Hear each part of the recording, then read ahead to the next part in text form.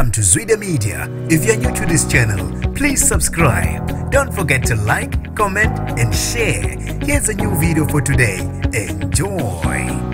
Kuqhume esikhulu isililo emcimbini kaZwelonke obuse People's Park osukwini la izolo ngesikhathi kumiswa izidathele bezivela kuma media houses ahlukahlukene kuba zibe ingxenye yokucoshela uGengcobo ozibize ngomunye wabahleli bemcimbi ushaya phansi ngonyawo ekhuluma nenye yezidathele esho khona ukuthi izidatheli azamukelekile kulomcimbi bona banalo ithimba labo abaliqokile elizobe licoshela bebe sebexoshwa ke abantu ababekhona uthe bezivele sinilindile besazi ukuthi niye nina ama YouTube channel nihlupha kabe isikhathele yini namhlanje nibhekane noGengcobo uma ungamazi uGe usuyamazi manje wabe ese ikhomba indlela alentatheli ngaphandle ukuthi ngikhuluma kakhulu bafethu ake ngidedele ivideo sibonele ngakho konke okwenzekile awubambela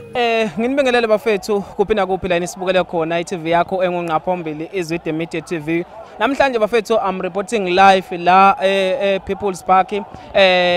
umcimbi ophunyelwe izinkumbi zabantu kumnandi kunjeyana ingoma kaZwelonke abantu bajabulile bafethu. Unfortunately ngebhadi bafethu imedia ivaliwe bafethu besithi sizonithatha sinibeke ukuthi namhlanje kwenzakalani kulomcimbi njengoba nihlezi nazi bafethu ukuthi sinithulela zona zishisa kodwa ke sivaliwe kwathiwa nje no more asibadinga abanye abantu abazoba izintatheli noma abazontathela indlela athizeni kulomcimbi so bafethu ke ilokho